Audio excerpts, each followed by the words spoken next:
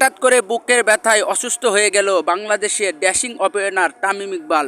বন্ধুরা, বাংলাদেশ জাতীয় ক্রিকেট দলের সাবেক অধিনায়ক তামিম ইকবাল আজ বিকেএসপিতে খেলার সময় হঠাৎ করে তামিম ইকবালের বুকে ব্যথা অনুভব করে। তারপর দ্রুত তাকে হাসপাতালে নেওয়া হয়। প্রথম ধাপে চিকিৎসা নেওয়ার পর সে সুস্থতা লাভ করে। এরপর আবারও মাঠে ফিরে আসে। এর কিছুক্ষণ পর দ্বিতীয় ধাপে আবারও অসুস্থ হয়ে যায়। এরপর তাকে তাড়াতাড়ি করে আবারও হাসপাতালে নেওয়া হয়। তবে বন্ধুরা, সবচাইতে আশার বিষয় এই যে বর্তমানে তামিম ইকবাল অনেকটাই সুস্থ রয়েছে। এরই মধ্যে খান সাহেবের সঙ্গে দেখা করার জন্য বিসিবির প্রেসিডেন্ট ফারুক আহমেদ দেখা করেছে। দেখা করে সে বলে তামিম ইকবাল অনেকটাই সুস্থ রয়েছে।